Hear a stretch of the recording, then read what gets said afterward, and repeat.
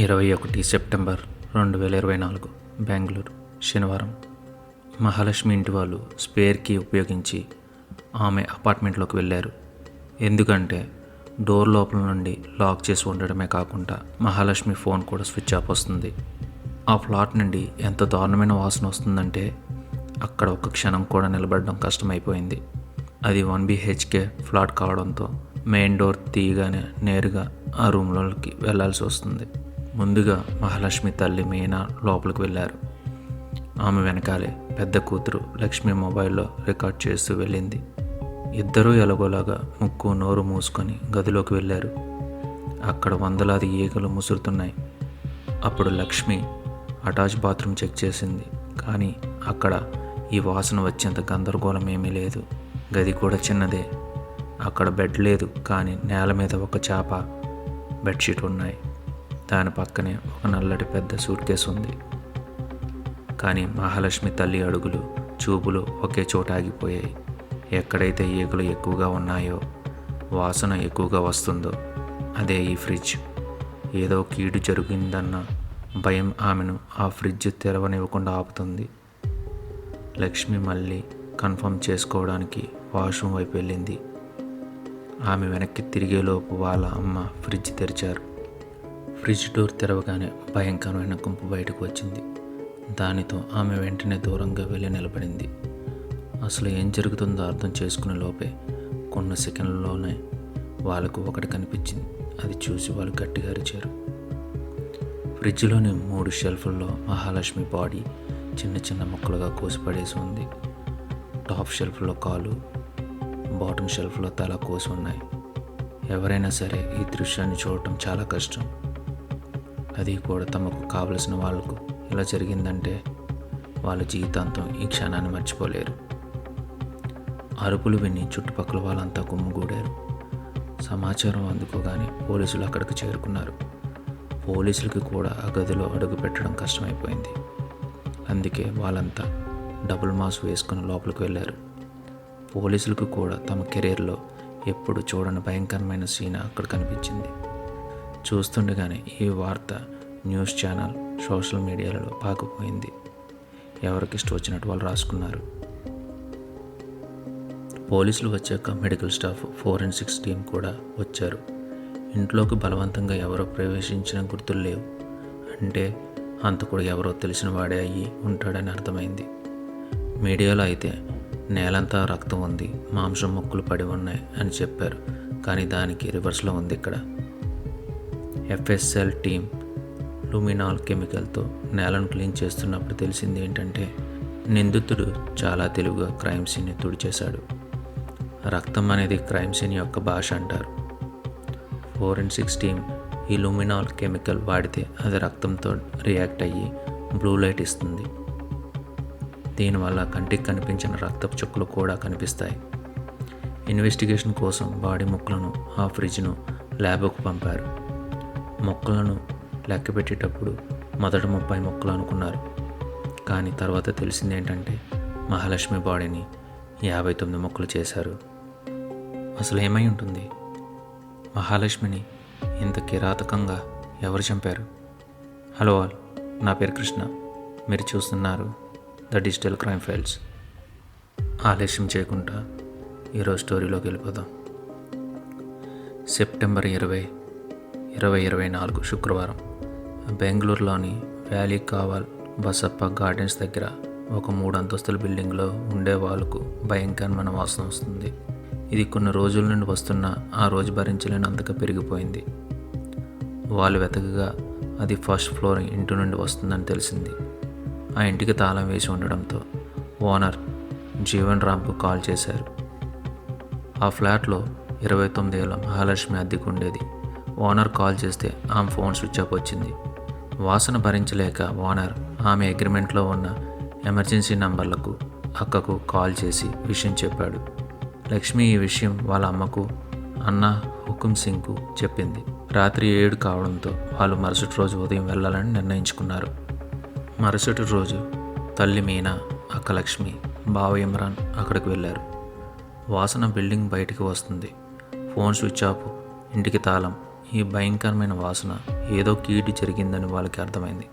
కానీ ఆ నిజం అంతకంటే దారుణంగా ఉంది. బాడీ డీకంపోజ్ అయ్యి పురుగులు పట్టాయని ఎఫ్ఎస్ఎల్ టీం చెప్పింది. అంటే హత్య జరిగి చాలా రోజులైంది. బాడీ ఫ్రిడ్జ్లో ఉండటం వల్ల వాసన బయటికి రాలేదు. పోలీసులు ఇన్వెస్టిగేషన్ మొదలుపెట్టి ఆమె బ్యాక్గ్రౌండ్ వెతికారు. మహాలక్ష్మి ఫ్యామిలీ అసలు నేపాల్కి చెందినవారు. ఆమెకి 2 అక్కలు 2 అన్నలు ఉన్నారు. మహాలక్ష్మికి హేమంత్ దాస్తో పెళ్ళయింది. వాళ్ళకు ఒక కూతురు కూడా ఉంది. కానీ 2023 సెప్టెంబర్ నుండి ఆమె భర్తకు దూరంగా ఉంటుంది. ఇలాంటి కేసులో మొదట భర్తనే అనుమానిస్తారు కాబట్టి హేమంత్ దాస్ సస్పెక్ట్ నెంబర్ 1 అయ్యాడు. హేమంత్కు మొబైల్ షాప్ ఉంది. మహాలక్ష్మి ఒక బట్టల దుకాణంలో పనిచేసేది.